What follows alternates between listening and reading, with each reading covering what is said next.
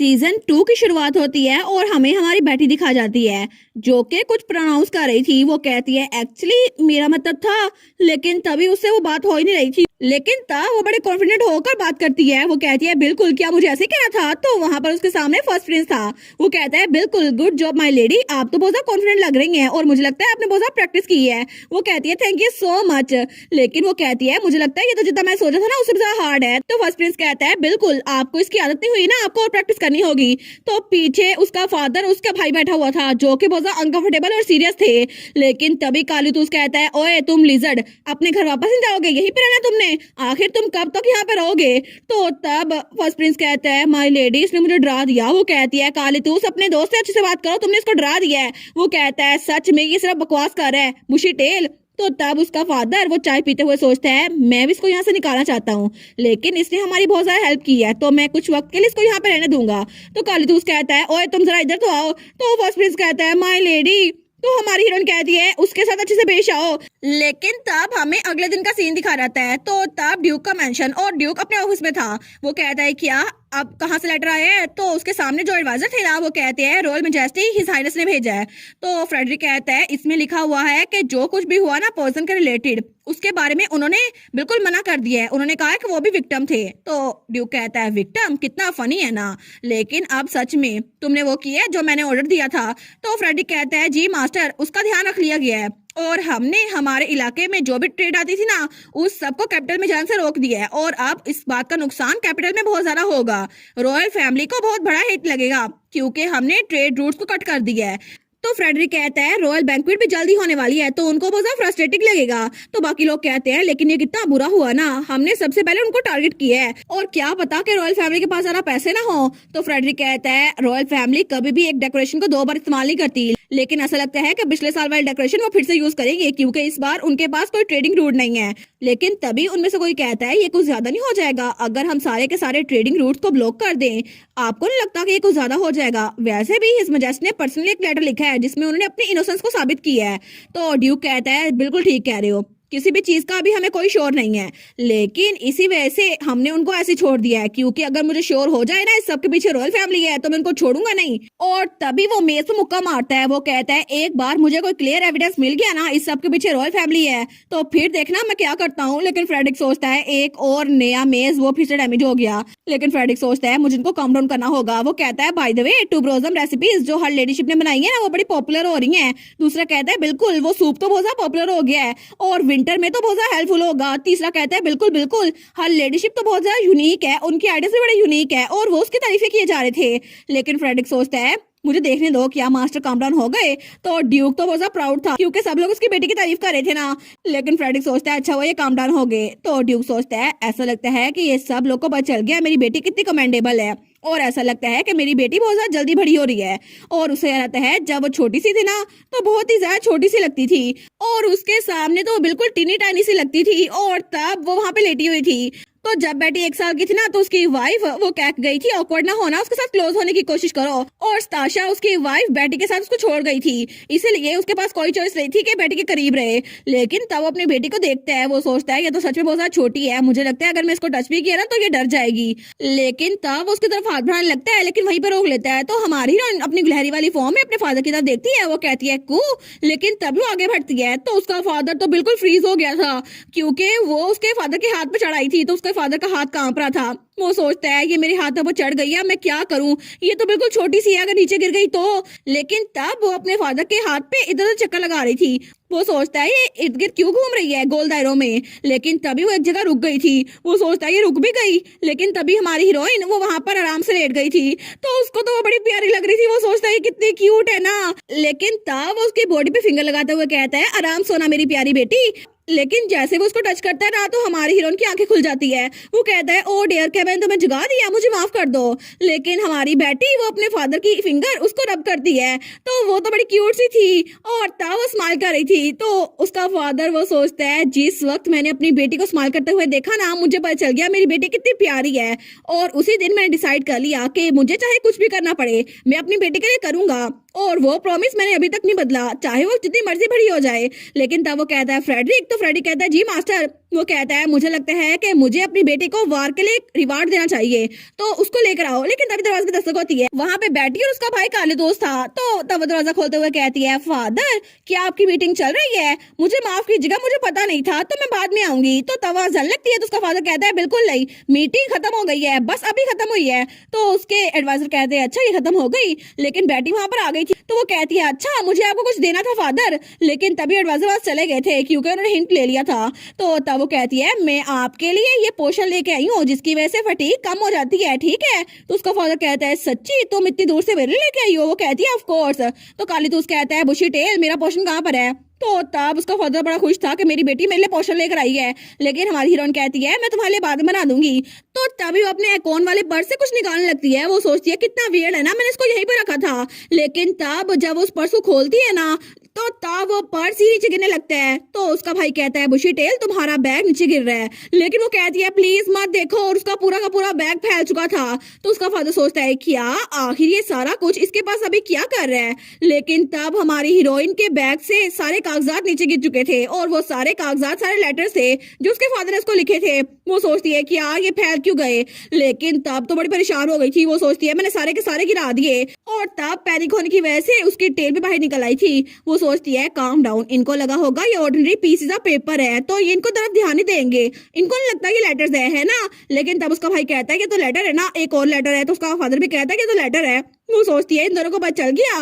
तो तब वो लेटर को उठाने लगती है। वो सोचती है मैं इनसे पहले उठा लूंगी, लेकिन उसका भाई कहता है मुझे हेल्प करने दो। लेकिन जब उस लेटर को देखते हैं ना, वो कहता है कि तो फादर की हैंड राइटिंग है ना, क्या सच में तुम इनको ऐसे संभाल के फिर रही हो? लेकिन हमारी हीरोइन उसके हाथ से वो लेटर पकड़ लेती है। वो कहती है तुम्हारी हिम्मत कैसे हुई इनको ये कहने की, और वैसे भी ये मेरे लिए बहुत ज्यादा प्रीशियस है क्योंकि फादर ने इनको मेरे लिए लिखा था। और वो सोचती है चाहे दूसरों के लिए अजीब लगे, लेकिन ये मेरे लिए बिल्कुल खजाने से कम नहीं है, क्योंकि फादर ने मुझे खुद ये लेटर लिखे थे, चाहे एक एक लाइन ही क्यों ना हो, लेकिन मुझे ये बहुत ज्यादा पसंद है। तो तब उसका फादर उसके हाथ से लेटर लेते हुए कहता है मुझे कोई आइडिया नहीं था कि तुम इनको खजाने की तरह लिए फिरोगी।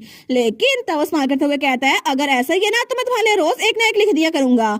तो हमारी हीरोइन वो कहती है फादर। तो उसका भाई भी कहता है बिल्कुल, अगर तुम्हें और चाहिए ना तो मैं भी तुम्हारे लिख दिया करूंगा, मैं तो दिन में तुम्हें 10 लेटर लिखा करूंगा, और चलो मुझे लेटर लिखने दो, फादर के लेटर रहने दो। वो कहती है सच्ची तुम्हें मुझे लिखा करोगे? वो कहता है बिल्कुल। लेकिन उसका फादर वो सोचता है सच में मेरी बेटी कितनी क्यूट है ना। लेकिन तब वो कहता है अभी मैं सोच रहा हूँ, तो आज की मीटिंग इस बारे में थी कि तुमने जो कंट्रीब्यूशन की है ना उसके लिए तुम्हें रिवार्ड दिया जाए। वो कहती है मुझे रिवार्ड देना है? वो कहता है बिल्कुल, तुम्हारी बर्थडे भी आ रही है ना, तो मुझे बता दो तुम्हें क्या चाहिए। तो कालीतूस कहता है हम उसको ट्रॉफी दे देते हैं जो कि हम किंगडम से लेकर आए थे, और इसके अलावा मैंने सुना था उनकी स्वॉर्ड्स भी अच्छी हैं। तो उसका फादर कहता है नहीं, मेरी बेटी के लिए तलवारें कुछ ज्यादा होंगी, क्या पता हम उसको कोई और चीज दे दें। तो हमारी हीरोइन तो बड़ी खुश होकर उनकी बातें सुन रही थी। तो उसका फादर कहता है क्या हम उसको कोई ऐसी चीज ना दे जिसपे वो राइड कर सके। लेकिन कालीतूस कहता है तुम्हें क्या लगता है तुम्हारा बर्थडे प्रेजेंट क्या होगा, लेकिन तुमने स्टेला क्यों बनाया हुआ है? तो हमारी हीरोइन कहती है क्या?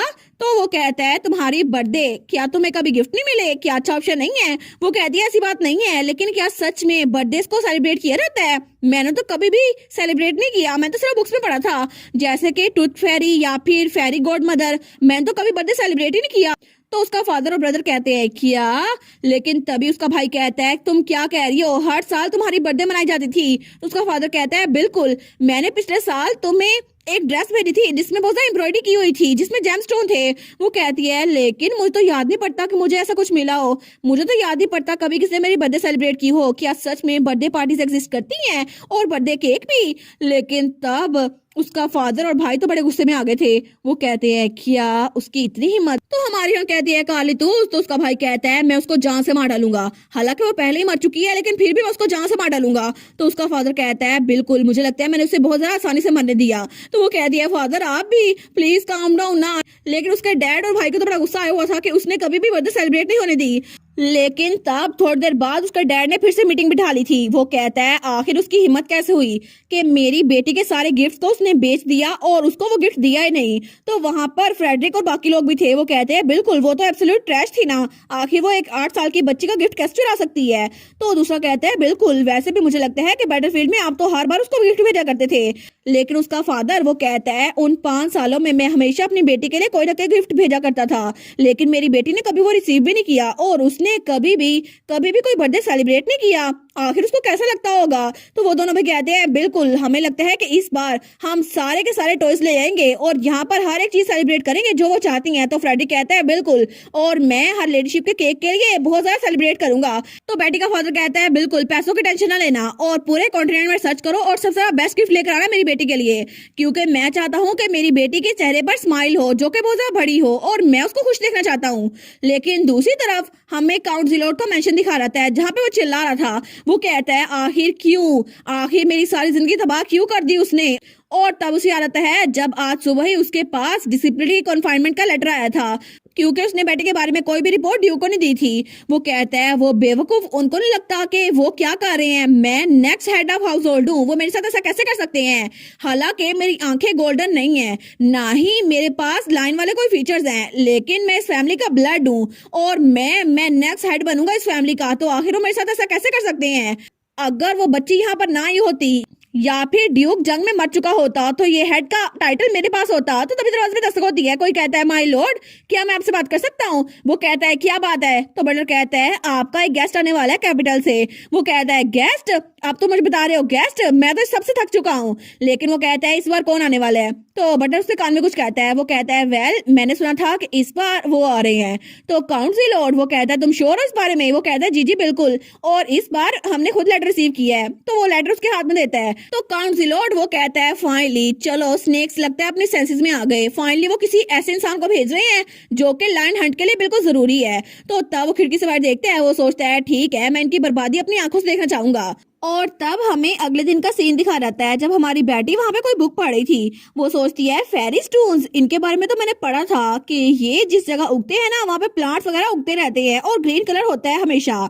लेकिन तब उस बुक की तरफ देखती है। वो कहती है इसमें लिखा हुआ है कि इसकी फाउंडेशन की वजह से मिराकल होते हैं और चाहे कोई जमीन कितनी बंजर क्यों ना हो वहां पे चीजें उगाती हैं।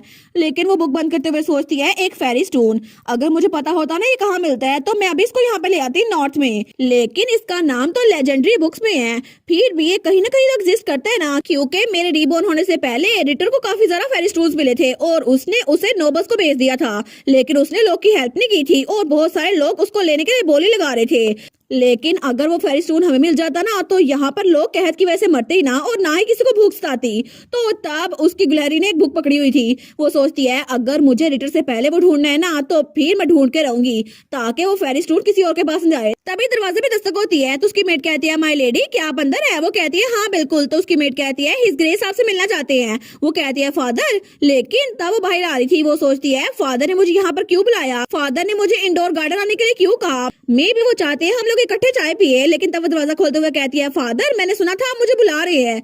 लेकिन जैसे वो वहां पर देखती है ना वो तो बिल्कुल शॉक हो गई थी, क्योंकि तब वहां पे बर्थडे सेलिब्रेशन वाला पूरा सामान था। वो कहती है वाह ये क्या है, और वहां पे जो केक था ना वो भी बड़ा जबरदस्त लग रहा था।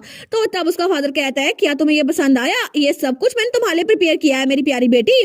तो वो कहती है सच्ची, ये कितना प्यारा है ना, लेकिन आज तो मेरी बर्थडे नहीं है। और वहां पे एक क्लाउड उड़ रहा था। वो कहती है पिंक कलर का क्लाउड देखो सही। लेकिन उसका फादर उस क्लाउड को पकड़ते हुए कहता है वेल ये कोई इतना स्पेशल नहीं है, लेकिन हमने तुम्हारे लिए ये सब कुछ अरेंज किया है क्योंकि तुम्हारी पहले कभी बर्थडे नहीं मनाई गई ना इसीलिए। और ये क्लाउड नहीं है, ये कॉटन कैंडी है जिसको हमने मैजिक की मदद से फ्लोट करवाया था और इसको ट्राई करो ना। तो हमारी हन कहती है ओके। वो सोचती है ये कॉटन कैंडी है, क्लाउड नहीं है। लेकिन जब उसको खाती है ना वो कहती है ये तो बड़ा टेस्टी है, ये तो मेरा मुंह में घुल गया और तभी उसकी मूछें बन गई थी। लेकिन तभी उसका फादर हंसने लग जाता है। वो कहती है फादर क्या हुआ, हंस क्यों रहे हैं। तो उसका फादर कहता है नहीं नहीं कोई बात नहीं, फ्रेडरिक वो लेकर आओ जिसको मैंने प्रिपेयर करवाया था।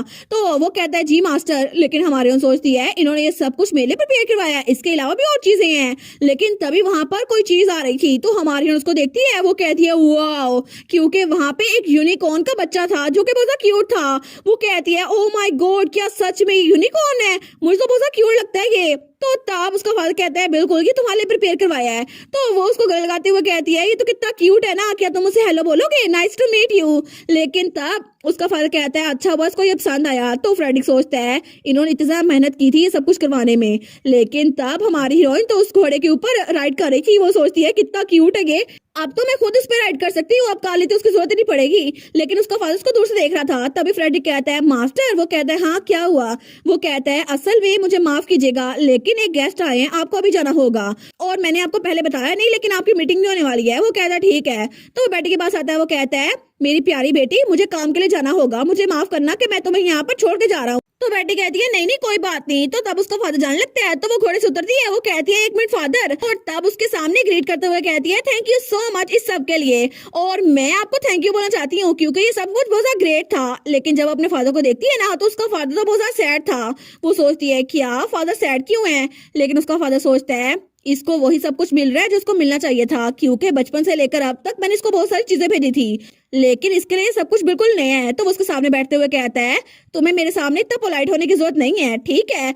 और अगर अगर तुम आगे से मेरे सामने स्माइल करोगी ना, तो मेरे लिए यही बहुत बड़ा गिफ्ट होगा, और तुम मुझे थैंक यू ना बोलना, ठीक है। और तब उसको गले लगाता है। वो सोचती है ब्राइट स्माइल, क्या ये चाहते हैं मैं स्माइल करूं, लेकिन क्या ये काफी होगा अगर मैं इनको थैंक यू ना बोलूं। तो तब वो थोड़ा पीछे होती है। वो सोचती है ठीक है अगर ये यही चाहते हैं ना तो मैं यही करूंगी। वो कहती है ओके फादर, और इसको मुझ पे छोड़ दें क्योंकि आपसे मैं हमेशा आपके सामने स्माइल करूंगी। और तब अपने फादर को स्माइल करके दिखाती है। वो कहती है अब से जब भी आप मुझे कुछ भी देंगे ना, तो मैं आपको ब्राइट स्माइल करके दिखाऊंगी ताकि आपको पता चले मैं कैसा फील करती हूँ। तो उसका फादर उसको देखता है, लेकिन तब उसका फादर वो फीकी स्माइल करता है। वो कहता है गुड, ये ठीक होगा क्योंकि मैं वो सारे के सारे साल तुम्हें लुटा नहीं सकता, लेकिन कम से कम मैं अभी तुम्हारी स्माइल तो देख सकता हूँ ना। और तब हमें रात के वक्त ड्यूक का मेंशन दिखा जाता है, लेकिन तभी वो लोग ऑफिस में थे और कालीतूस भी वहां पर था। तो फ्रेडी कहता है मास्टर, रॉयल डेलीगेट यहाँ पर आने वाले हैं फंड्स के बारे में बात करने के लिए। तो कालीतूस कहता है कितना ऑब्वियस है ना कि वो हमें पैसे नहीं देना चाहते, हमने जंग में जाकर इतनी कुर्बानियां दी, लेकिन वो लोग अब फंड्स देने से भाग रहे हैं। तो ड्यूक कहता है मुझे लगता है ये बहुत ज्यादा इंटरेस्टिंग है क्योंकि इस बार जो लोग आ रहे हैं ना वो बहुत ज्यादा इंटरेस्टिंग है। तो कालीतूस कहता है क्या मतलब, कौन आ रहा है। लेकिन जैसे वो डॉक्यूमेंट को देखते हैं ना, वो कहता है एक मिनट, इसका मतलब है ये आदमी यहाँ पर इसका नाम क्या कर रहा है। लेकिन तब उसको बड़ा गुस्सा आ रहा था। तो फ्रेडी कहता है उनके लिए यहाँ आना बिल्कुल जरूरी है, और अब फाइनेंशियल इशू है ना, तो मुझे लगता है कि वो पता नहीं किस वजह से यहाँ पर आ रहे हैं, क्योंकि सेकंड प्रिंस जो कि क्राउन प्रिंस भी हैं रिटर, वो यहाँ पर खुद विजिट कर रहे हैं। लेकिन तब ड्यूक कहता है अच्छा, वो कितना बोल्ड है ना कि खुद लाइन की टेरिटरी में आ रहा है, लेकिन उसने उसने मेरी बेटी से एंगेजमेंट करने की कोशिश की थी, और उसकी इतनी हिम्मत के इस सब के बावजूद भी यहाँ खुद अपने कदमों में चल के आ रहा है। लेकिन तब वो खड़ा होता है। वो कहता है चलो ये अच्छा हुआ क्योंकि उसने मुझे वहां जाने से रोक लिया। तो तब वो कहता है फ्रेडरिक। तो फ्रेडरिक कहता है जी मास्टर। तो ड्यू खतरनाक ओरा के साथ कहता है हमारे गेस्ट को वेलकम करने की तैयारी करो क्योंकि वो जल्दी यहाँ पर आने वाला है। और तब वो कहता है मैं चाहता हूँ कि हमारे कैपिटल से आने वाले स्पेशल गेस्ट को ग्रैंड वेलकम किया जाए, तो उसकी तैयारी अच्छे से कर लो क्योंकि उसको मैं से तो नहीं छोड़ने वाला। और इसी के साथ ये वाला पार्ट यहीं पर ख़त्म। तो आप लोग बताइएगा आप लोग को ये पार्ट कैसा लगा, और वीडियो को लाइक और चैनल को सब्सक्राइब लाजमी कीजिएगा। बाकी वीडियोस का लिंक भी स्क्रीन पर नज़र आ रहा होगा, तो काइंडली उनको भी चेकआउट कर ले। और thank you so much for watching my videos. Stay safe, bye bye.